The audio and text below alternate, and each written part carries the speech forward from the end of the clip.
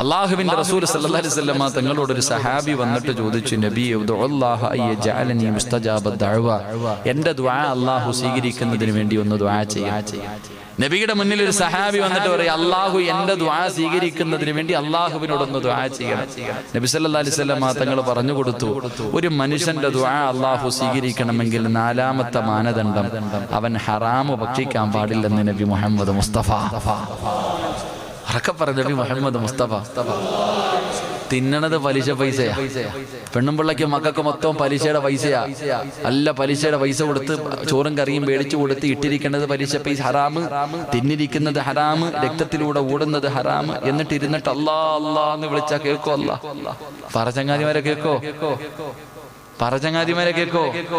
എടാ, സ്വന്തം രക്തത്തിൽ പലിശയെ തിന്നണേ എന്നനുസരിക്കേ. പലിശ എന്ന് പറഞ്ഞാൽ എന്താ എന്റെ പ്രിയപ്പെട്ട? ഇവിടെ എന്താ അതിന് പറയാ? വണ്ടി. എന്തായാലും കാര്യം മനസ്സിലായല്ലോ. പലിശ 72ഓളം ഭാഗങ്ങളുണ്ടെന്ന്. അതിൽ ഏറ്റവും ചെറുതെന്തെന്നറിയോ?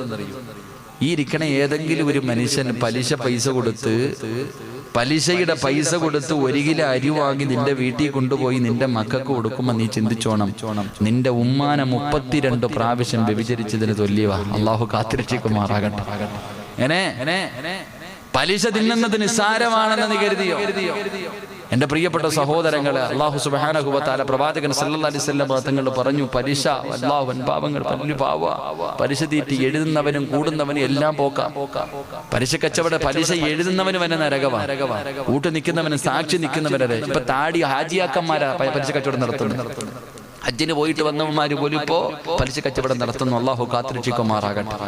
പള്ളി നിൽക്കുമ്പോ അല്ലോ നിസ്കരിക്കാൻ 1-ാമത്തെ സഫിലുണ്ട്. 1-ാമത്തെ സഫിൽ അല്ലോ കൈകെട്ടനെ കെട്ട ഇത്രയും പൊക്കിയിട്ടാ കെട്ടണം. അല്ലോ അടുത്ത് നിൽക്കുന്നവന്റെ തലയെ കൂടെ ഒക്കെ കൈകെട്ടണം. ചില ആൾക്കാർ അടുത്ത് നിൽക്കുന്നവന്റെ തലയിൽ ഇങ്ങനെ ഒരു കെട്ടുണ്ട്.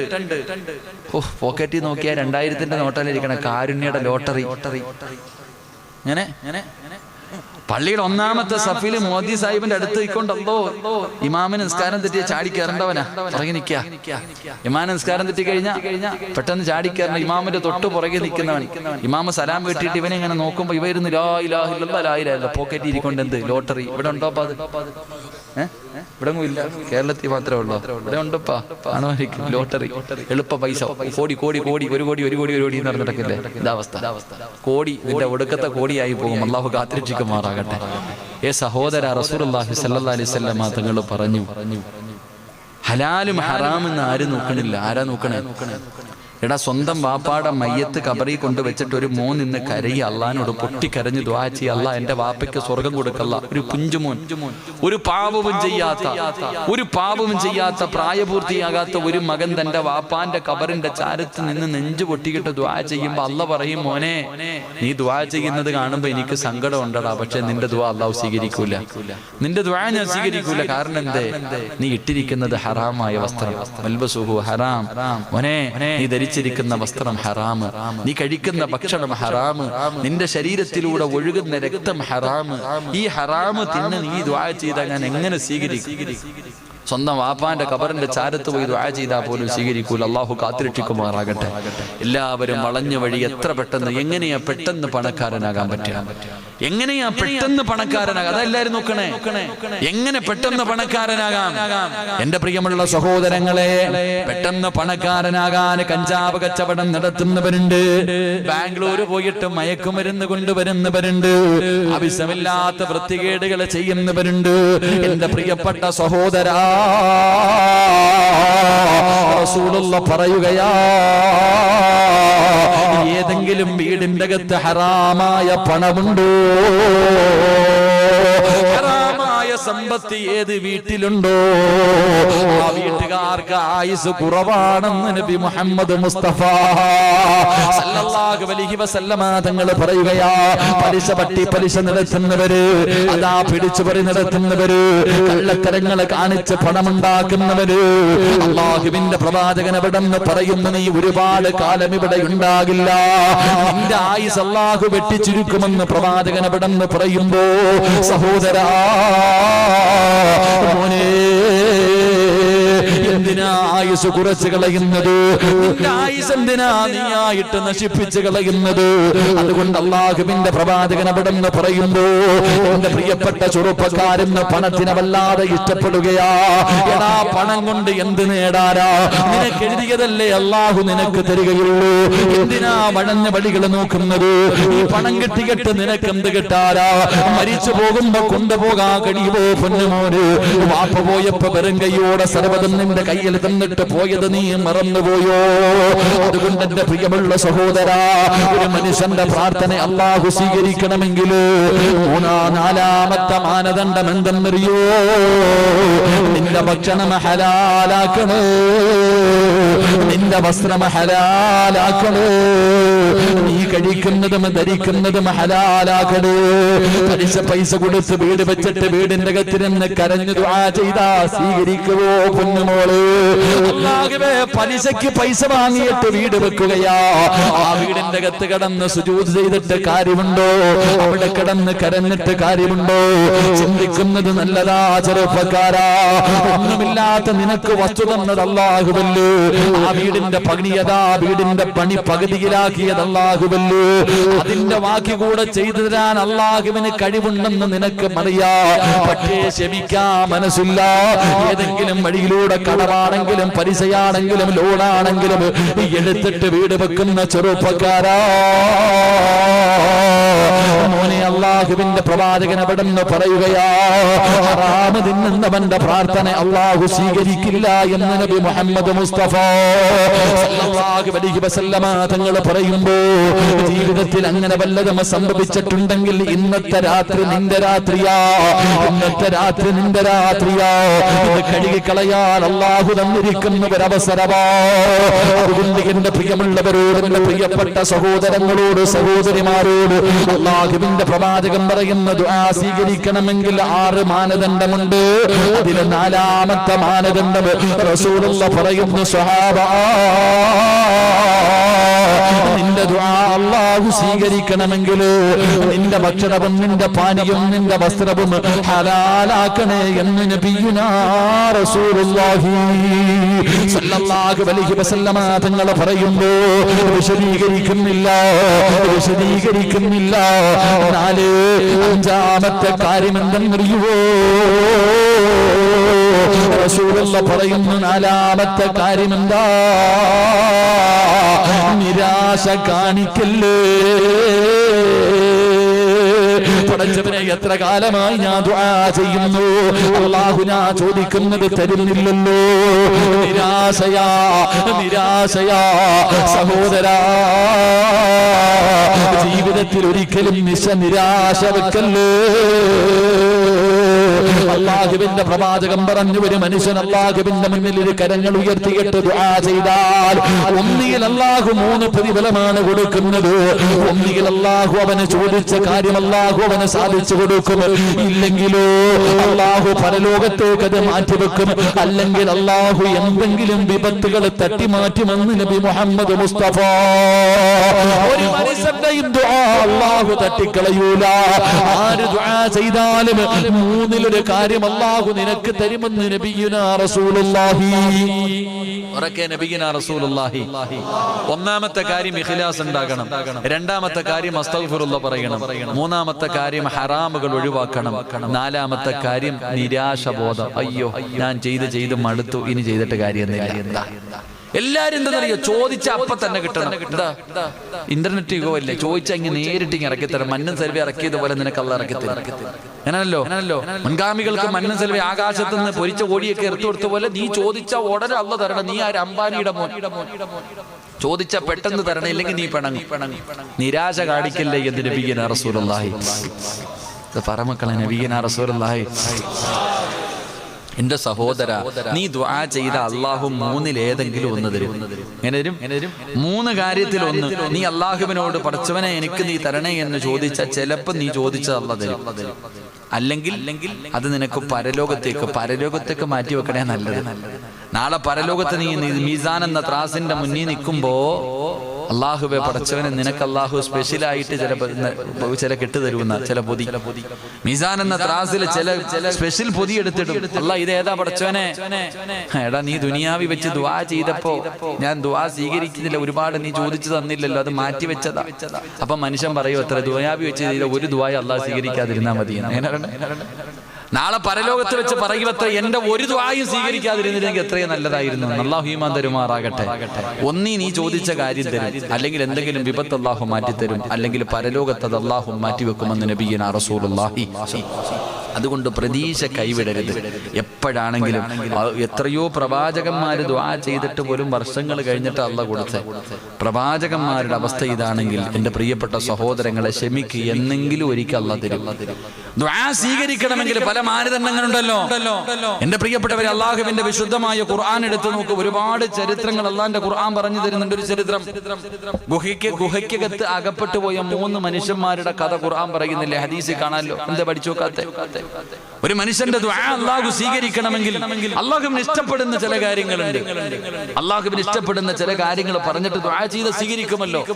എന്റെ പ്രിയപ്പെട്ടവരെ, റസൂലുള്ളാഹി സ്വല്ലല്ലാഹു അലൈഹി വസല്ലമ തങ്ങൾ പറയുന്നു, 3 ചെറുപ്പക്കാർ, 3 ആണുങ്ങൾ അല്ലാഹുവെ പടച്ചവൻ അവര് പെട്ടെന്ന് മഴ പെയ്തപ്പോ അവരെല്ലാവരും 3 പേരും കൂടെ ഒരു ഗുഹയ്ക്കകത്ത് കയറിയിരുന്നു. ഗുഹയ്ക്കകത്ത് കയറിയിരുന്നപ്പോ ഒരു പാറ വന്നിട്ട് ഈ ഗുഹയുടെ വാതിലി വീണ് അടഞ്ഞു. 3 പേരും ഗുഹയ്ക്കകത്താ, പുറത്തോട്ട് ഇറങ്ങാൻ പറ്റൂല. ആ സമയത്ത് എത്ര പരിശ്രമിച്ചിട്ടും ഇറങ്ങാൻ പറ്റണില്ല. അപ്പൊ 3 പേരിൽ ഒരാൾ പറഞ്ഞു, നമ്മുടെ ജീവിതത്തിൽ ചെയ്ത ഏതെങ്കിലും ഒരു നല്ല കാര്യം അള്ളാഹുവിന്റെ മുന്നിൽ പറഞ്ഞിട്ട് ദുആ ചെയ്യാം. ഇത് പഠിച്ചോ? എന്താ പറഞ്ഞേ? എടാ, ജീവിതത്തിൽ ചെയ്ത ഏതെങ്കിലും ഒരു നല്ല കാര്യം അള്ളാഹുവിനുള്ള മുന്നിലോട്ട് എടുത്തു പറഞ്ഞിട്ട് ദുആ ചെയ്യാം. 3 പേരും തീരുമാനിച്ചു. അതിലെ 1ാമത്തെ മനുഷ്യൻ അള്ളാഹുവിനോട് പറഞ്ഞെന്തെന്നറിയോ? അള്ളാഹുവിന്റെ പ്രവാചകൻ പറയുന്ന 1ാമത്തെ മനുഷ്യന് 2 ഇരു കരങ്ങൾ ഗുഹയ്ക്കകത്തിരുന്ന് ഉയർത്തിയിട്ട് പറയുന്നു, അല്ലാഹ്, ഞാൻ എന്റെ മാതാപിതാക്കളെ വല്ലാതെ സ്നേഹിച്ചവനാണ് റബ്ബേ. എനിക്ക് ഭാര്യയും മക്കളുമുണ്ട്.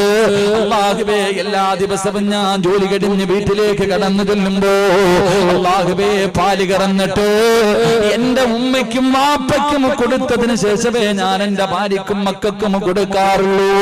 ഞാൻ ആദ്യം പാല് കറന്നിട്ട് കൊടുക്കുന്നത് എന്റെ മാതാപിതാക്കൾക്ക്, അല്ലാതെ എന്റെ മക്കൾക്ക് ഞാൻ ഇന്ന് വരെ കൊടുത്തിട്ടില്ല. ആ ഗുഹയ്ക്കകത്തിരിക്കുന്ന ചെറുപ്പക്കാരൻ പറയുന്നു, നാഥാ, ഒരു ദിവസം ഞാൻ വീട്ടിലേക്ക് കടന്നു ചെന്നത് താമസിച്ചാട് റബ്ബേ, ആടിന്റെ പാല് കറന്നു. അതാ അവിടെ നിന്ന് പാല് കറന്നിട്ട് ഉമ്മയ്ക്ക് കൊടുക്കാ വീടിന്റെ അകത്ത് കടന്നു ചെല്ലുമ്പോ തന്റെ മാതാപിതാക്കള് കിടന്നു ഉറങ്ങുകയാ. ഉമ്മ ഉറങ്ങുകയാണ്. വിളിച്ചുണർത്തുന്നത് അദബുകേടാണ്. ഉറങ്ങുന്ന മനുഷ്യനെ ഖുർആൻ ഓതി പോലും ശല്യപ്പെടുത്താൻ പാടില്ലല്ലോ. അതുകൊണ്ട് ഉമ്മ കിടന്ന് ഉറങ്ങുമ്പോ ഉമ്മാനെ വിളിച്ചുണർത്തിയിട്ട് പാല് കൊടുക്കാൻ കഴിയില്ലല്ലോ. അതുകൊണ്ട് പടച്ചവനെ, ഉമ്മാനെ ഉണർത്താതെ പാലും പിടിച്ചു നിൽക്കുമ്പോ പിഞ്ചു കുഞ്ഞുങ്ങൾ വിശന്നിട്ട് സഹിക്കാൻ കഴിയാതെ വാപ്പയുടെ കാല് പിടിച്ചിട്ട് പറഞ്ഞു, വാപ്പാ വിശക്കുന്നു വാപ്പാ, കുടിക്കാൻ ഇത്തിരി പാലിതാ വാപ്പാ. എന്റെ പൊന്നാര മക്കള് കാലിൽ പിടിച്ച് കരയുകയാ. എന്റെ ഉമ്മയും ഉപ്പയും കുടിക്കാതെ ഞാൻ എന്റെ മക്കൾക്ക് കൊടുക്കൂല. പടച്ചവരെ, അവസാനം സ്വന്തം മക്കളെ കരഞ്ഞ് കരഞ്ഞ് തന്റെ കണ്ണിന്റെ മുന്നിൽ തളർന്നു വീഴുകയാ. എന്നിട്ടും കൊടുത്തില്ല. അവസാനം തന്റെ മാതാപിതാക്കൾ ഉണരുന്നത് വരെ പാലും കൊണ്ട് മാതാവിന്റെയും പിതാവിന്റെയും മുന്നിൽ കാത്തു നിന്നു. ഈ മനുഷ്യൻ പറയുന്നു, നാഥാ, ഇത് ചെയ്തത് നിന്റെ തൃപ്തി മാത്രം കരുതിയട്ടാ തമ്പുരാര്. അതുകൊണ്ട് നീ ഇത് സ്വീകരിച്ചെങ്കിൽ ഈ പാറ മാറ്റി തരണേ അല്ലാ. അവിടുന്ന് ദുആ ചെയ്യുമ്പോ അടഞ്ഞിരിക്കുന്ന പാറയങ്ങ് കുറച്ചു മാറുകയാണ്. വെളിയിലേക്ക് ഇറങ്ങാൻ കഴിയില്ല. 2ാമത്തെ മനുഷ്യൻ അവിടുന്ന് ദുആ ചെയ്തു, അല്ലാഹ്, എന്റെ വീട്ടിൽ കുറച്ചു പേര് ജോലിക്കുണ്ടായിരുന്നു. അതാ ജോലി കഴിഞ്ഞ് പോകുമ്പോ ഒരു മനുഷ്യൻ മാത്രം ശമ്പളം വാങ്ങിയില്ല. അവസാനം ആ മനുഷ്യന്റെ ശമ്പളം ഞാൻ മാറ്റിവെച്ചു. ഒരു ആടിനെ വാങ്ങി. അതിങ്ങനെ പെരുകിയിട്ട് ഒരുപാട് ആടുകളായി.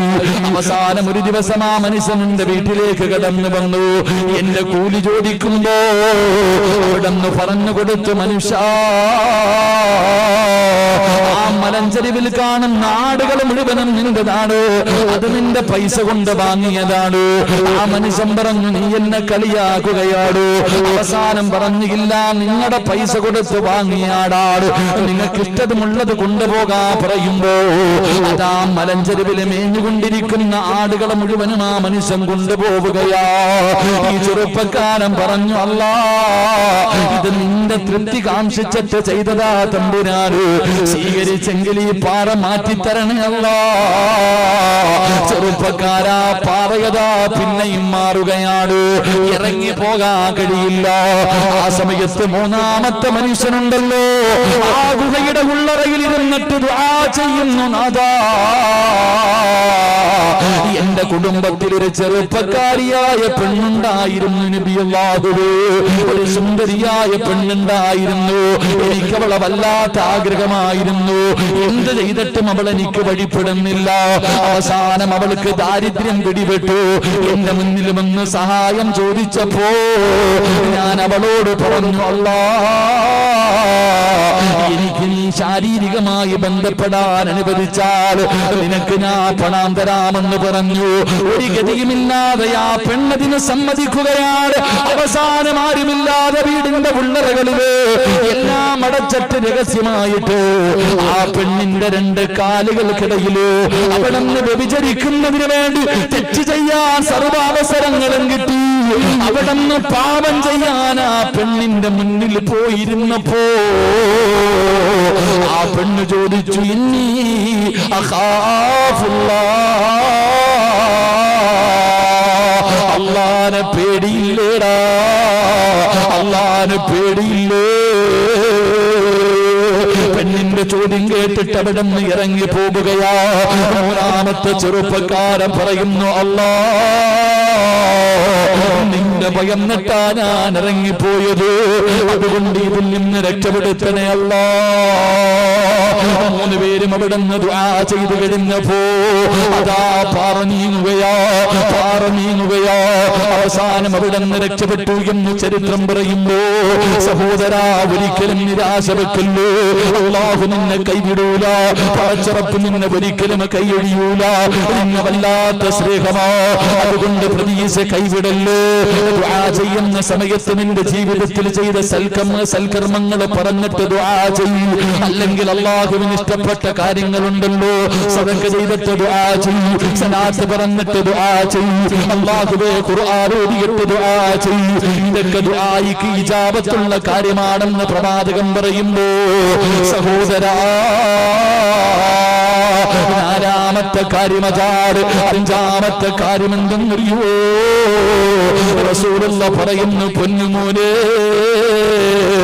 നന്ദികേട് കാണിക്കല്ലേ എന്ന് നബി മുഹമ്മദ്, നന്ദികേട് കാണിക്കല്ലേ എന്ന് നബി മുഹമ്മദ് മുസ്തഫ സല്ലല്ലാഹു അലൈഹി വസല്ലമ തങ്ങൾ പറയുന്നു. 5 വിശദീകരിക്കുന്നില്ല. 12 മണിയായി ദുആ ചെയ്യാൻ പോകുകയാണ്. 5 നീ നന്ദികേട് കാണിക്കല്ലേ എന്ന് നബി മുഹമ്മദ് മുസ്തഫ. പാലം കടക്കുന്നത് വരെ രാമായണ, പാലം കടന്നു കഴിഞ്ഞ കൂരായണ, കാര്യം നടക്കുന്നത് വരെ അല്ലാഹനെ വേണം. പടച്ചവനെ, ജോലിയില്ല അല്ലാ, മക്കളില്ല അല്ലാ, വീടില്ല അല്ലാ, കടവ അല്ലാ, കല്യാണം നടക്കണ അല്ലാ. കരഞ്ഞു വിളിച്ച് ദുആ ചെയ്ത് നിന്റെ കരച്ചല് കണ്ടിട്ട് അല്ല നിനക്കെല്ലാം തന്നു. വീട് കിട്ടി, മക്കളെ കിട്ടി, പെണ്ണ് കെട്ടി, പിന്നെ പള്ളിയില്ല, പട്ടമില്ല. പൊന്നുമോനെ, റസൂലുള്ള പറയുന്നു, നിന്റെ ദുആ സ്വീകരിക്കടോ. നന്ദിയില്ലാത്തവനാകല്ലേ, നന്ദികേട് കാണിക്കല്ലേ എന്ന് നബി മുഹമ്മദ് മുസ്തഫ സല്ലല്ലാഹു അലൈഹി വസല്ലം. അല്ലേ ദുആ ഉസ്താദ് 101 രൂപ, ഉസ്താദ് ഗൾഫിൽ പോണ ഉസ്താദ്, വിസ കിട്ടണ ഉസ്താദ്, കരഞ്ഞ് ദുആ ചെയ്ത് വിസ കിട്ടി, ജോലി കിട്ടി. ഇപ്പോഴോ അല്ലേ?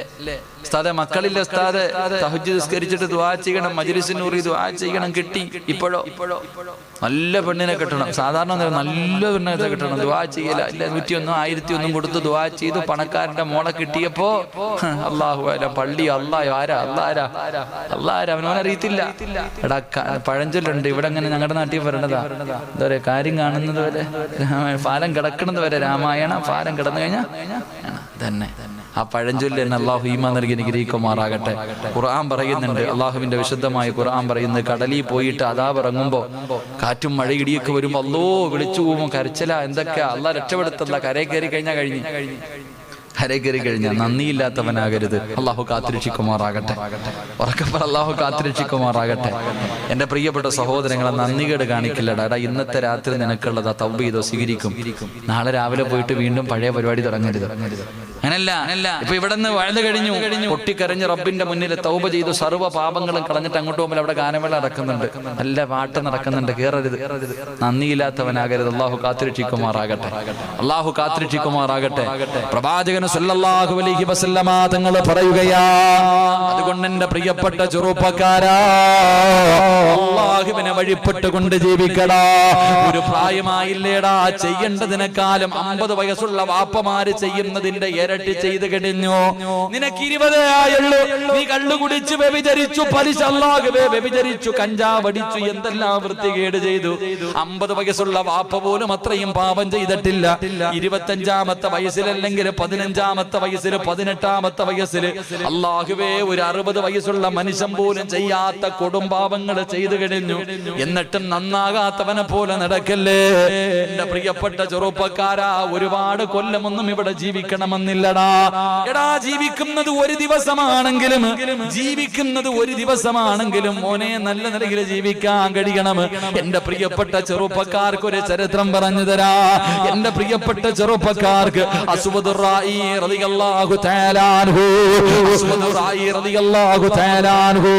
അല്ലാഹുവിന്റെ പ്രവാചകന്റെ മുന്നിലേക്ക് യുദ്ധം നടക്കുന്ന വേളയിൽ സ്വഹാബികൾ പിടിച്ചു കൊണ്ടുവരികയാ. ആരായി മനുഷ്യനെന്നറിയുവോ? മുസ്ലിമീങ്ങളുടെ കാര്യങ്ങൾ മുഴുവനും ശത്രുക്കൾക്ക് പറഞ്ഞു കൊടുക്കുന്ന ചാരനാ. എത്രയോ സഹാബികൾ മരിക്കാൻ കാരണക്കാരനാ. അസ്വദുറായിയെ പിടിച്ചു കെട്ടിക്കൊണ്ടുവരികയാണ്, ചാരനാണ്. അല്ലാഹുവിന്റെ റസൂലിന്റെ മുന്നിൽ കൈകാലുകൾ കെട്ടിക്കെട്ട് കൊണ്ടുവന്ന് കെട്ടുകൊടുക്കുകയാ. അല്ലാഹുവിന്റെ റസൂൽ ഇങ്ങനെ നിൽക്കുമ്പോ ഉമർ തങ്ങൾ പറഞ്ഞു, നബിയേ ഞാൻ വെട്ടാ നബിയേ. അതാ ഉറയിൽ കിടക്കുന്ന വാളിന്റെ ഇങ്ങനെ കൈകൊണ്ട് പിടിച്ചിരിക്കുകയാ. കാരണം ഇവൻ ചാരനാണ്, ഇവനെ കൊല്ലണമല്ലോ. എല്ലാവരും വാളും പിടിച്ചിട്ട് നിൽക്കുകയാണ്. ആ സമയത്ത് അല്ലാഹുവിന്റെ പ്രവാചകൻ പറഞ്ഞു, സഹാബാ ആ കെട്ടഴിച്ചങ്ങ് വിട്ടേക്ക് സഹാബാ. എല്ലാവരും അത്ഭുതപ്പെട്ടു പോയി. പിടിച്ചുകൊണ്ടുവന്ന ചാരനെ വെറുതെ വിടാൻ അല്ലാഹുവിന്റെ റസൂൽ പറയുകയാ. എല്ലാവരും അവിടെ നിന്ന് വല്ലാതെ അത്ഭുതപ്പെട്ടു. അസ്വദുറായിയുടെ കയ്യും കാലും അഴിച്ചു വിട്ടു. അവിടെ നിന്ന് എഴുന്നേറ്റ് നടന്നു പോവുകയാണ്. പോകുമ്പോൾ അല്ലാഹുവിന്റെ റസൂൽ വിളിക്കുന്നു, അസ്വദ് നിനക്കൊന്ന് മുസ്ലിമായി കൂടെ? ആ സമയത്ത് അസ്വദുറായി റളിയല്ലാഹു തആല ആ യുദ്ധത്തിന്റെ വേളയിൽ അല്ലാഹുവേ രണാങ്കണമാണ്, യുദ്ധം നടക്കുന്ന സമയമാണ്. ആ സമയത്ത് ഈ മനുഷ്യൻ അല്ലാഹുവിന്റെ റസൂലിനോട് ചോദിച്ചു, യാ റസൂലല്ലാഹ്, നബിയേ ഞാൻ മുസ്ലിമായാൽ എനിക്ക് എന്താണ് കിട്ടുന്നത്? അവിടെ നിന്ന് പറഞ്ഞു കൊടുത്തു, നീ ഇന്ന് വരെ അടിമയാണ്, പക്ഷേ നീ മുസ്ലിമായി കഴിഞ്ഞാ നീ ഒരാളുടെയും അടിമയല്ല, ഈ ലോകത്ത് ഒരാളുടെയും അടിമയല്ല, നീ അല്ലാഹുവിന്റെ അടിമയാണ്, നീ സ്വതന്ത്രനാണ്. രണ്ടാമത് റസൂലുള്ള പറഞ്ഞു, ഇസ്ലാമിലേക്ക് കടന്നു വന്ന അല്ലാഹു നിനക്ക് സ്വർഗ്ഗം തരും, അല്ലാഹു നിനക്ക് സ്വർഗ്ഗം തരും. അസ്വദ് റായി എന്ന് പറയുന്ന മനുഷ്യൻ അല്ലാഹുവിന്റെ റസൂലിന്റെ മുന്നിൽ കടന്നു വന്നു, ഷഹാദത്ത് കലിമ പറഞ്ഞു മുസ്ലിമായി. മംഗലാപുരത്തിന്റെ പരിസരത്തുള്ള, പുത്തൂരിന്റെ പരിസരത്തുള്ള എന്റെ പ്രിയപ്പെട്ട ചെറുപ്പക്കാരാ, അസ്വദുറായി റളിയല്ലാഹു തആല അൻഹു റസൂലുള്ളാഹിന്റെ കയ്യിൽ പിടിച്ച ഷഹാദത്ത് കലിമ പറഞ്ഞു. അവിടുന്ന് മുസ്ലിമായി. നബിയേ, ഞാൻ എന്തേ ചെയ്യേണ്ടത്? അല്ലാഹുവിന്റെ പ്രവാചകൻ പറഞ്ഞു, രണാങ്കണത്തിലേക്ക് ഇറങ്ങിച്ചെന്ന സ്വർഗം കിട്ടും. അവിടെ പോയി ഷഹീദായ സ്വർഗം കിട്ടും. അസ്വദുറായി എന്ന് പറയുന്ന ചെറുപ്പക്കാരന് അവിടുന്ന് ഷഹാദത്ത് കലിമ പറഞ്ഞു. വാളും പിടിച്ചുകൊണ്ട് മുസ്ലിമീങ്ങളുടെ സൈന്യത്തിന്റെ ഇടയിലേക്ക് കയറി ചെല്ലുകയാ. അതാ നിമിഷങ്ങൾ കഴിഞ്ഞു. ഒരു ജനാസ എടുത്തുകൊണ്ട് വരുന്നു. സുബ്ഹാനല്ലാഹ്, കൊണ്ടുവന്നടോ. നിമിഷങ്ങൾ കഴിഞ്ഞപ്പോ ഒരു ജനാസ കൊണ്ടുവന്നു. ആരുടെ ജനാസയാ? മിനിറ്റുകൾക്ക് മുമ്പ് അല്ലാഹുവിന്റെ പ്രവാചകന്റെ മുന്നിൽ നിന്ന് ഷഹാദത്ത് കലിമ പറഞ്ഞ അസ്വദുറായി റളിയല്ലാഹു തആല അൻഹു മുസ്ലിമായിട്ട് 5 മിനിറ്റ് പോലുമായില്ല.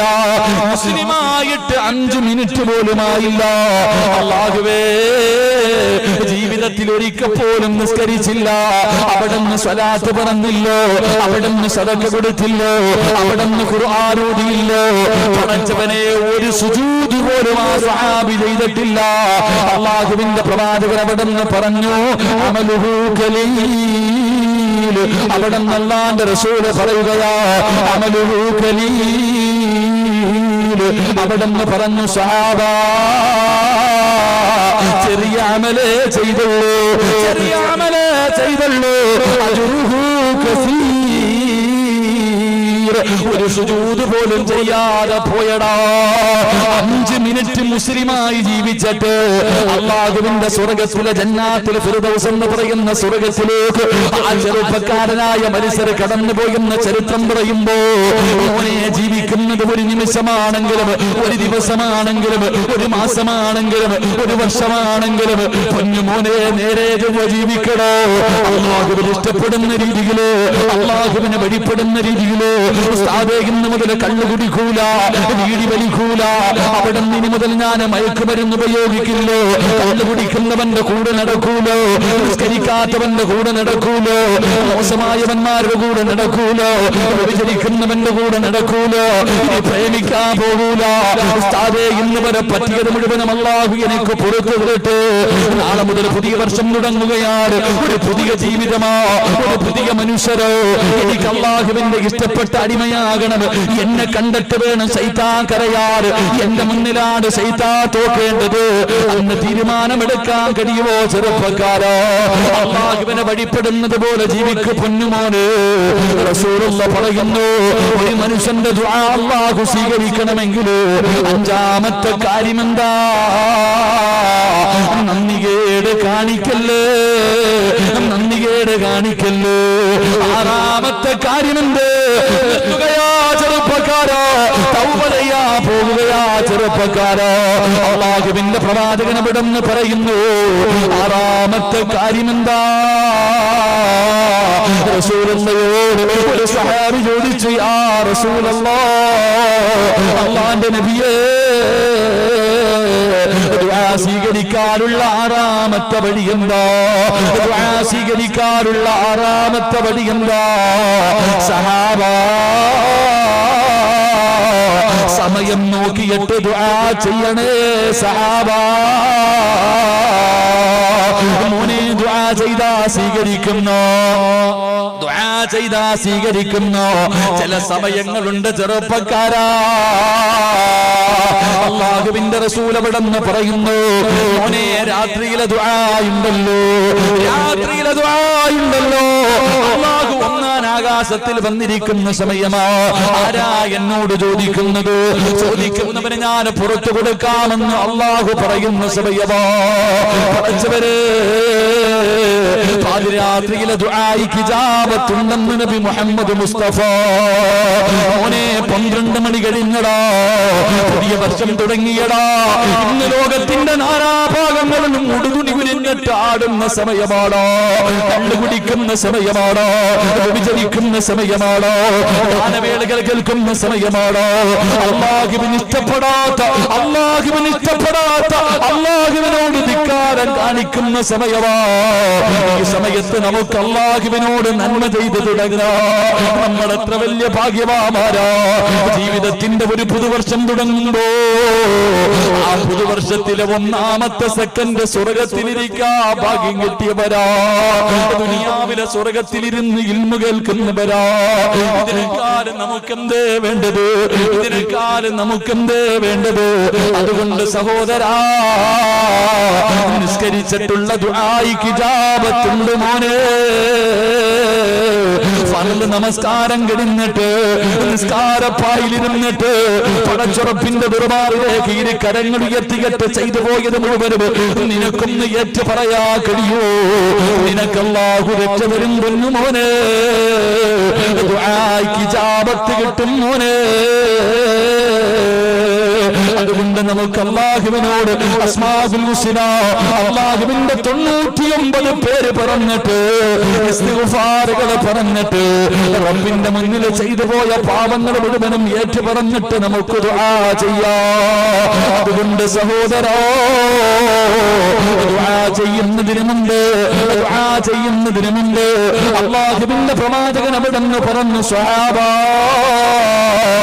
സദഖ ചെയ്തിട്ട് ദുആ ചെയ്താ ആ നീട്ടിയ കൈ അല്ലാഹു തട്ടിക്കളയില്ല എന്ന് നബി മുഹമ്മദ് മുസ്തഫ സല്ലല്ലാഹു അലൈഹി വസല്ലം തങ്ങൾ പറയുമ്പോ ദുആ ചെയ്യാൻ പോകുകയാ. നമുക്കൊരു സദഖ ചെയ്തുകൂടെ? അല്ലാഹുവേ, 2019 ഒന്നാമത്തെ മിനിറ്റ് ഒരു നന്മ ചെയ്തുകൊണ്ട് തുടങ്ങിക്കൂടെ? പടച്ചവനെ, ഇവർക്ക് ഒരുപാട് ലക്ഷ്യങ്ങളുണ്ട്. പടച്ചവനെ, ഒരുപാട് വർഷം പഴക്കമുള്ള പള്ളിയാണ്. പടച്ചവനെ, കുട്ടികളെ പഠിപ്പിക്കുന്ന ഒരു ചെറിയ സ്ഥാപനം തുടങ്ങണമെന്നവർക്ക് ആഗ്രഹമുണ്ട്. പാവപ്പെട്ട പെൺമക്കളുടെ വിവാഹം പടച്ചവരെ, ആരും സഹായിക്കാറില്ലാത്ത പാവപ്പെട്ടവരുണ്ടല്ലോ, അവർക്ക് എന്തെങ്കിലും ഒരു സഹായം ചെയ്യണമെന്ന് വല്ലാത്ത മോഹമുണ്ട്. പെങ്ങളെ, സ്വർണ്ണമിടാത്ത ഒരു പെണ്ണ് പോലുമില്ല, പൊന്നിടാത്ത ഒരു പെണ്ണ് പോലുമില്ല. അല്ലാഹുവേ, ഈ നാട്ടിൽ ആരാരുമില്ലാത്ത ഒരു യതീമായ പൊന്നുമോൾക്ക് വേണ്ടി നിന്റെ ശരീരത്ത് കിടക്കുന്ന സ്വർണ്ണം ഊരിക്കൊടുക്കാൻ കഴിയുമോ? അല്ലാഹു തരുന്ന പ്രതിഫലമെന്തോ? മഹാനായ നബി മുഹമ്മദ് മുസ്തഫ സല്ലല്ലാഹു അലൈഹി വസല്ലം തങ്ങള് അല്ലാഹുവിന്റെ പ്രവാചകന്റെ മുന്നിലേക്ക് ഒരു മനുഷ്യനെ കടന്നു വന്നു. യാ റസൂലല്ലാഹ്, എന്തെങ്കിലും സഹായം തരണേ നബിയേ. ഭക്ഷണം കഴിച്ചിട്ട് ദിവസങ്ങളായി നബിയേ, കുടുംബം പട്ടിണിയിലാണ് നബിയേ, എന്തെങ്കിലും സഹായം തരണേ. റസൂലുള്ള തന്റെ ആര്യായ ആയിഷ ബീബിയുടെ മുഖത്തേക്ക് നോക്കി, ഒന്നുമില്ല. റസൂലുള്ളാന്റെ വീടിന്റെ അകത്തൊന്നുമില്ല. അല്ലാഹുവിന്റെ പ്രവാചകൻ തന്റെ പൊന്നാര മകളെ മഹദി ഫാത്തിമ ബീബി റളിയല്ലാഹു തആല അൻഹയുടെ വീട്ടിലേക്ക് ലോകത്തിന്റെ നേതാവ് പറഞ്ഞു വിടുകയാണ്. ആ പാവപ്പെട്ട പ്രായം എന്ന മനുഷ്യനുണ്ടല്ലോ, ഫാത്തിമ ബീബിയുടെ വീടിന്റെ മുന്നിലേക്ക് കടന്നു ചെന്നു. ഫാത്തിമ ബീബിയുടെ വീടിന്റെ മുന്നിലേക്ക് കടന്നു ചെന്നു. സലാം പറഞ്ഞിട്ട് അവിടെന്ന് പറഞ്ഞു, ഫാത്തിമ, വാപ്പ പറഞ്ഞു വിട്ടതാ പൊന്നുമോള്, മുത്തുനബി പറഞ്ഞു വിട്ടതാണ്. ഭക്ഷണം കഴിച്ചിട്ട് ദിവസങ്ങളായി പട്ടിണിയാണ് ഫാത്തിമ. ഇട്ടിരിക്കുന്ന വസ്ത്രമല്ലാതെ എന്റെ കയ്യിലൊന്നുമില്ല ഫാത്തിമ. പടച്ചവരെ, ഒരു പാവപ്പെട്ട മനുഷ്യൻ വീടിന്റെ മുന്നിൽ വന്ന് ചോദിക്കുകയാ. ഫാത്തിമ ബീബി റളിയല്ലാഹു തആല വീടിന്റെ അകത്ത് കയറിയിട്ട് മുഴുവനും തെരഞ്ഞു നോക്കുകയാണ്. വീട് മുഴുവനും തെരഞ്ഞു നോക്കി, ഒന്നും കൊടുക്കാറില്ല. അവസാനം ഫാത്തിമ ബീബി നോക്കുമ്പോ തന്റെ പ്രിയപ്പെട്ട 2 മക്കൾ ഒരു ചെറിയ പുതപ്പിന്റെ മുകളിൽ കിടന്ന് ഉറങ്ങുകയാ. തന്റെ പൊന്നാര മക്കള് ഒരു പുതപ്പിന്റെ മുകളിൽ കിടന്ന് ഉറങ്ങുകയാ. പ്രായത്തെന്ന മനുഷ്യൻ ഇട്ടിരിക്കുന്ന വസ്ത്രമല്ലാതെ ഒന്നുമില്ല. ഫാത്തിമ ബീവി ചിന്തിച്ചില്ലോ, പിഞ്ചുമക്കളെ എടുത്ത് താഴെ കിടത്തി, എന്നിട്ട് ആ പുതപ്പെടുത്തുകൊണ്ട് ആ മനുഷ്യന്റെ കയ്യിലേക്ക് കൊടുത്തു. ആ സമയത്ത് ആ മനുഷ്യൻ പറഞ്ഞു, ഫാത്തിമ, പുതപ്പല്ല എനിക്ക് അത്യാവശ്യം. ഫാത്തിമ ഭക്ഷണം കഴിച്ചിട്ട് ദിവസങ്ങളായി, കയ്യിലിരുന്ന കാരക്കയായിരുന്നു, അത് തീർന്നു പോയി ഫാത്തിമ. ശരീരം തളരുന്നു ഫാത്തിമ. എന്തെങ്കിലും ഒന്ന് കഴിക്കാൻ തരുവോ ഫാത്തിമ? പടച്ചവനെ, ആ മനുഷ്യൻ പറയുന്നു, ഫാത്തിമ, നിന്റെ ഉപ്പാന്റെ മുഖം പോലെയാ നിന്റെ മുഖം ഇരിക്കുന്നത്, നിന്റെ ഉപ്പാന്റെ കണ്ണ് പോലെയാ ഫാത്തിമ നിന്റെ കണ്ണിരിക്കുന്നത്, നീ നടക്കുന്നത് കണ്ടാ നിന്റെ ഉപ്പ വരുന്നത് പോലെയാ.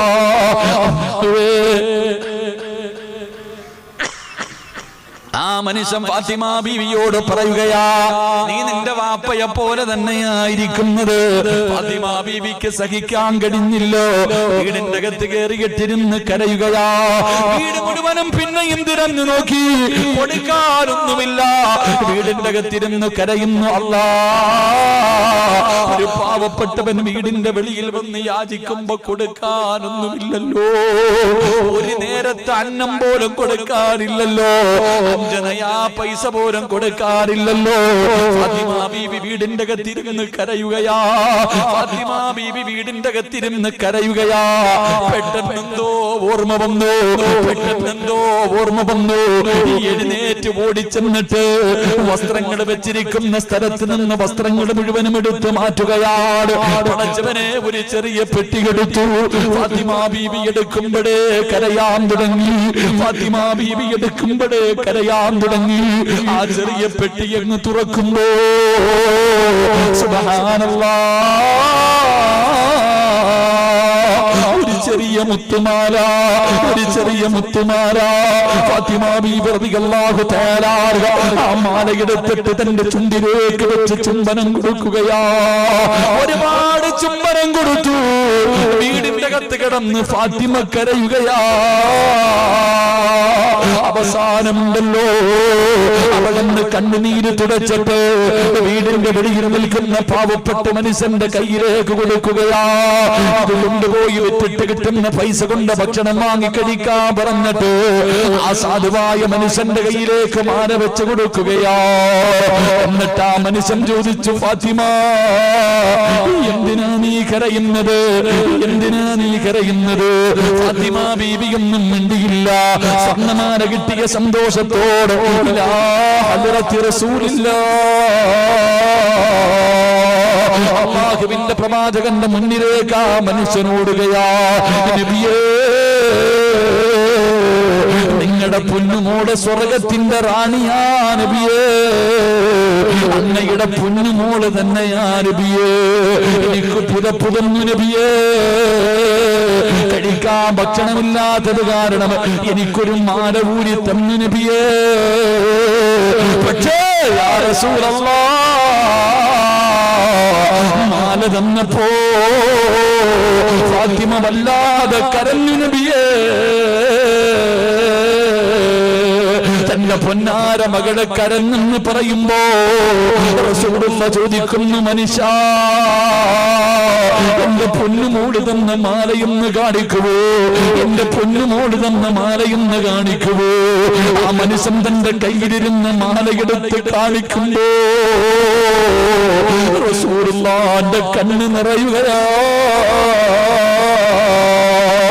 ലോകത്തിന്റെ നേതാവിന്റെ താടിരോമത്തിലൂടെ കണ്ണുനീരിങ്ങനെ ഒഴുകുകയാണ്. പ്രവാചകനാ മാല കാണുമ്പോഴേ കരയുകയാ. നബിയെ, എന്തിനാ കരയുന്നത്? സഹാബാ, അതാരുടെ മാലയെന്നറിയോ? എന്റെ ഖദീജാന്റെ മാലയാ, എന്റെ ഖദീജയുടെ മാലയാ. ഈ മാല കാണുമ്പോൾ എനിക്ക് പോലെ കരച്ചില് വരുന്നെങ്കിൽ എന്റെ മോളെത്ര കരഞ്ഞിട്ടുണ്ടാകും. ഏത് മാലയെന്നറിയുവോ? ഏത് മാലയെന്നറിയുവോ? നിങ്ങളെ ഖദീജ ബീവി റളിയല്ലാഹു തആല അവിടുന്ന് വല്ലാത്ത സമ്പന്നയായിരുന്നല്ലോ. ലോകത്തോട് യാത്ര പറയുന്ന സമയത്ത്, മരണമെടുത്ത സമയത്ത് തന്റെ പൊന്നാര മകളെ അടുത്ത് വിളിക്കുകയാ. ഫാത്തിമ എന്ന ചെറിയ മകളെ അടുത്തേക്ക് വിളിച്ചിട്ട്, അല്ലാഹുവേ, ഫാത്തിമ ബീവി റളിയല്ലാഹു തആല അൻഹയോട് ഖദീജ ബീവി എന്ന ഉമ്മ പറഞ്ഞു, മോളെ ഫാത്തിമ, ശരീരം മുഴുവനും സ്വർണ്ണമിട്ട് തരണമെന്ന് ഉമ്മായിക്ക് ആഗ്രഹമുണ്ട്. നിന്റെ കൈ മുഴുവനും വളയിട്ട് തരണം, മോതിരമിട്ട് തരണം, നിനക്ക് കഴുത്തിൽ മാലയിട്ട് തരണം. ഈ ഉമ്മയ്ക്ക് വല്ലാത്ത ആഗ്രഹമുണ്ട്. പക്ഷേ ഉമ്മാന്റെ കയ്യിലൊന്നുമില്ല മോളെ ഫാത്തിമ, ഉമ്മാന്റെ കയ്യിലൊന്നുമില്ല. ഉള്ളതെല്ലാം പാവങ്ങൾക്ക് കൊടുത്തു, ഉള്ളതെല്ലാം പള്ളിക്ക് കൊടുത്തു, അള്ളാന്റെ ദീനിന് കൊടുത്തു, പാവങ്ങളെ സഹായിക്കാൻ കൊടുത്തു. ഉമ്മാന്റെ കയ്യിലൊന്നുമില്ല മോളെ. എന്നിട്ട് കഴുത്തിൽ കിടന്ന ഒരു ചെറിയ മുത്തുമാല അടിച്ചെടുത്തു. എന്നിട്ട് ഫാത്തിമ എന്ന പൊന്നുമോളുടെ കയ്യില് അവിടുന്ന് ചുംബനം കൊടുത്തിട്ട് ഫാത്തിമയുടെ കയ്യിൽ വെച്ച് കൊടുത്തിട്ട് പറഞ്ഞു, മോളെ ഉമ്മാനെ ശപിക്കല്ലേ, ഉമ്മാനോട് ദേഷ്യം തോന്നല്ലേ, ഈ മാലയല്ലാതെ എന്റെ കയ്യിലൊന്നുമില്ല ഫാത്തിമ. എന്നിട്ട് ഫാത്തിമ എന്ന ചെറിയ മകളോട് ഉമ്മ പറഞ്ഞു കൊടുക്കുന്നു, ഉമ്മാനെ കുറിച്ച് നിനക്ക് ഓർമ്മ വരുമ്പോ, എന്നെ നിനക്ക് ഓർമ്മ വരുമ്പോ ഈ മാല എടുത്ത് വെച്ചിട്ടൊന്ന് ചുംബിച്ചാ മതി മോളെ. മരണസമയത്ത് ഉമ്മ തന്റെ കയ്യിൽ കൊടുത്ത മാലയാ. എത്രയോ ദിവസം പട്ടിണി കിടന്നു വാപ്പാ, കടിക്കാ ഭക്ഷണമില്ലാതെ വീടിന്റെ അകത്ത് പട്ടിണി കിടക്കുമ്പോഴും ഈ മാലയാ വീടിന്റെ അകത്തുണ്ട്. തന്റെ ഭാര്യയും ഭർത്താവും നോമ്പ് പിടിച്ചിട്ട് കിടക്കുമ്പോഴും ഈ വീടിന്റെ അകത്ത് ഈ മാല ഇരിപ്പുണ്ട്. കാരണം ഉമ്മ മരിക്കുന്ന സമയത്ത് കൊടുത്ത മാലയാ. എങ്ങനെ കൊടുക്കാരാ?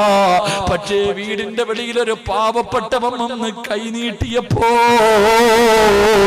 അല്ലാ ഒന്നും നോക്കാനില്ലായിരുന്നു, ചിന്തിക്കാനൊന്നുമില്ലായിരുന്നു. ആ ഉമ്മ കൊടുത്ത മാലയെടുത്തിട്ട് കയ്യിൽ കൊടുത്തെന്ന് ചരിത്രം പറയുമ്പോ പാപ്പാ നിന്റെ മുന്നിൽ എത്രയോ യതീമായ മക്കള് വരുന്നു, പാവപ്പെട്ടവര് വരുന്നു. നല്ല കാര്യത്തിന് വേണ്ടി ചോദിച്ചാ കൊടുക്കാൻ നിനക്ക് മനസ്സില്ലല്ലോ. നിനക്ക് ഒരുപാട് സമ്പത്ത് തന്നില്ലേ, നീ എവിടെ കൊണ്ടുപോകാരാ, നീ എവിടെ കൊണ്ടുപോകാരാ? പള്ളിക്കുടിയിൽ പോകുമ്പോ മക്കള് വാങ്ങിത്തരുന്ന 3 കഷ്ടം തുണിയും പൊതിഞ്ഞിട്ട് മിണ്ടാതെ പോകണ്ടവനല്ലേ. അതുകൊണ്ട് ഫാത്തിമ ബീവി പറഞ്ഞതെന്നറിയോ, വാബുശിറൂ ബിൽ ജന്നാ, എനിക്ക് അല്ലാഹുവിന്റെ സ്വർഗ്ഗം മതി, എനിക്ക് അല്ലാഹുവിന്റെ സ്വർഗ്ഗം മതി. അതുകൊണ്ട് സഹോദരാ, പാവങ്ങളെ മറന്നു പോകല്ലേ, യതീമീങ്ങളെ മറന്നു പോകല്ലേ. ഇൻഷാ അല്ലാഹ്